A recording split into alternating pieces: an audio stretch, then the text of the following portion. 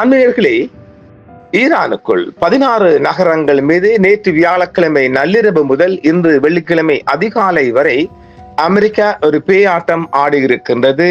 அந்த தாக்குதல்களில் 4 ஈரானின் IRGC ராணுவ வீரர்கள் 4 பேர் மரணித்திருக்கின்றார்கள், 5 பேர் காயமடைந்திருப்பதாக ஈரான் உத்தியோகபூர்வமாக அறிவித்திருக்கின்றது.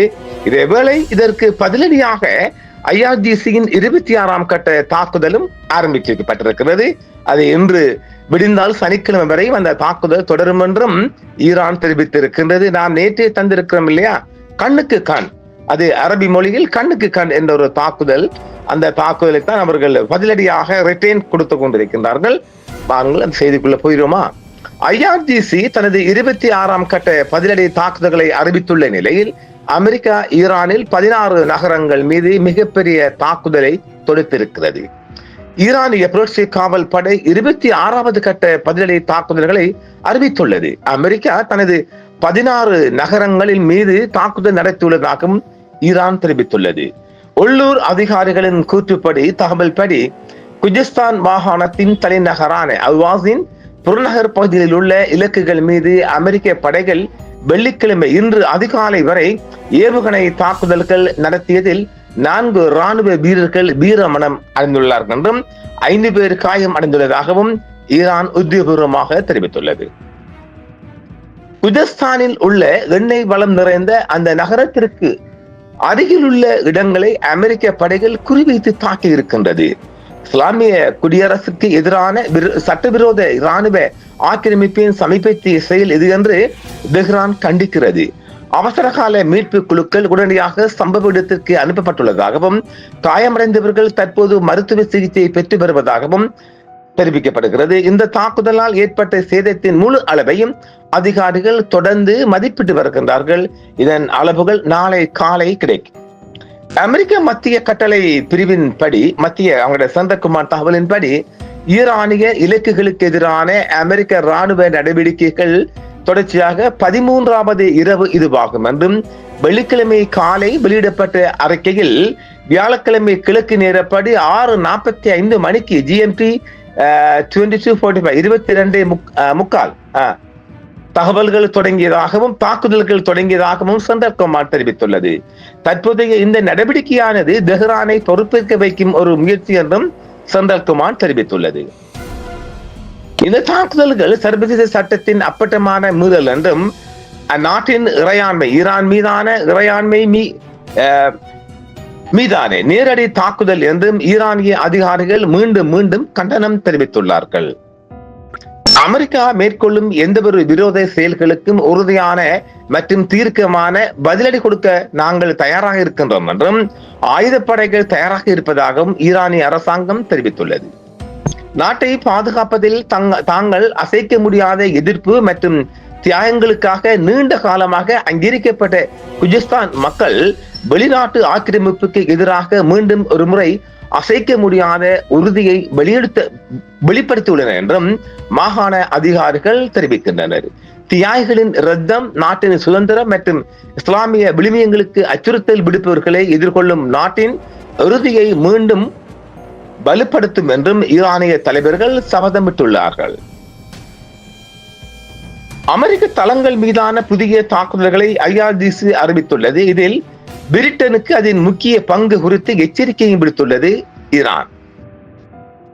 16 ஈரானிய நகரங்கள் மீது அமெரிக்க வான்வழி தாக்குதல் நடத்தப்பட்டதற்கும் உடந்தையாக தனது டிகோகாசியா விமான தளத்தை ஈரானுக்கு எதிரான தாக்குதல் நடவடிக்கைக்காக அமெரிக்காவுக்கு அது பகிர்ந்துள்ளதாகவும் ஈரான் குற்றம் சாட்டியிருக்கிறது. நேற்றிரவு பல மாகாணங்களில் உள்ள 16 ஈரானிய நகரங்களை அமெரிக்க தாக்குதல்கள் குறிவைத்தன என்றும் பல இடங்களில் பொதுமக்கள் உயிரிழப்புகள் மற்றும் சேதங்கள் ஏற்பட்டுள்ளதாக ஈரானிய அதிகாரிகள் தெரிவித்துள்ளனர்.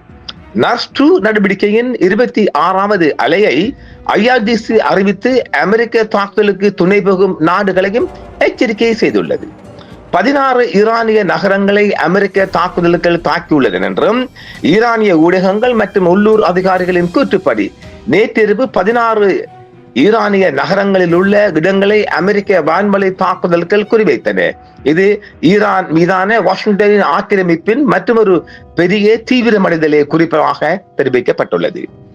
குஜஸ்தான், ஹர்மோஸ்கான், பார்ஸ், யாஸ், ரோலஸ்தான், மர்கசே, இஸ்ஃபஹான் மற்றும் சிஸ்தான் மற்றும் பலிஸ்தான் மாகாணங்கள் உட்பட தெற்கு, மேற்கு மற்றும் மத்திய ஈரான் முழுவதும் இந்த தாக்குதல்கள் நடத்தப்பட்டிருக்கின்றது. இது இதுவரைக்கும் நடைபெற்ற தாக்குதல்களில் இது மிகப்பெரிய ஒரு தாக்குதல் என்றும் அமெரிக்கா தெரிவித்துள்ளது. குஜஸ்தான் மாகாணத்தில் அல்வாஸ் பகுதியை சுற்றியுள்ள பகுதிகளில் நடத்தப்பட்ட தாக்குதலில் 4 பேர் கொல்லப்பட்டதாகவும் மேலும் 5 பேர் காயமடைந்ததாகவும் மாகாண அதிகாரிகள் தெரிவிக்கின்றனர். நகரின் 7 பகுதிகளிலும் அத்துடன் ஒமிதியே மற்றும் அண்டிமஸ் பகுதிகளுக்கு அருகிலும் வெடிப்புகள் நிகழ்ந்துள்ளதாக தெரிவிக்கப்பட்டிருக்கிறது. பிர்சபாத், தஹபிட், திருக்கு, ஃபோர்ஜெட், ஹோரபாத், அனரக், 9, ஹோண்டா, ஜஸ்க், ஃபண்டரபாஸ் மற்றும் கொனரக் ஆகிய இடங்களிலும் கூடுதல் வெடிப்புகள் நிகழ்ந்துள்ளதாக தெரிவிக்கப்பட்டுள்ளது. அவைகள் ஈரானிய நகரங்கள். பந்தரபாஸ் மீதான தாக்குதல்களால் தற்காலிக மின்வெட்டு ஏற்பட்டதாக ஹர்மோஸ்கான் அதிகாரிகள் தெரிவித்தனர்.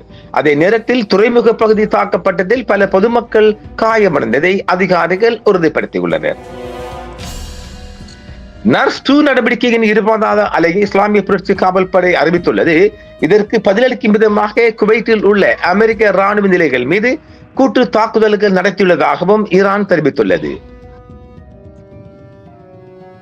தனது 26வது அலையை அறிவித்துள்ள நிலையில் IRGCயின் கூட்டுப்படி இந்த நடவடிக்கை அல் உதைரி தளத்தில் உள்ள அமெரிக்காவின் மின்னணு போர் பிரிவை அளித்ததுடன் அந்த வளாகத்திற்குள் இருந்த ஒரு மருத்துவமனை மீதும் தாக்குதல் நடத்தியுள்ளது.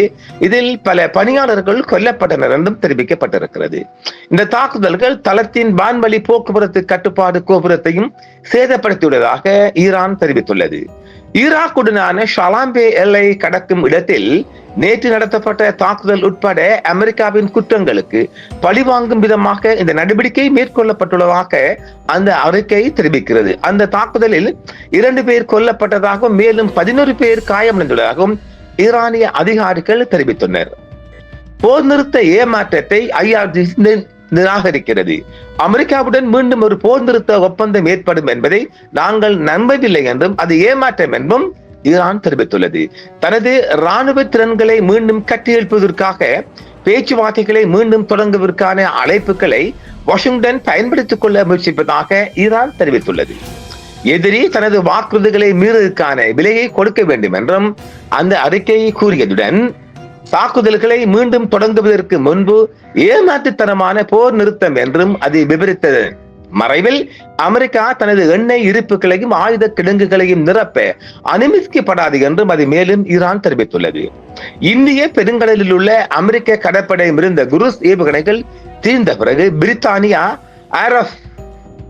ஃபேர்ஃபோர்டிங் இருந்து ஏவப்பட்ட B-1 குண்டுவீச்சு விமானங்களை அமெரிக்கா நம்பியிருந்ததாக ஈரானிய பாதுகாப்பு படை கூறுகிறது.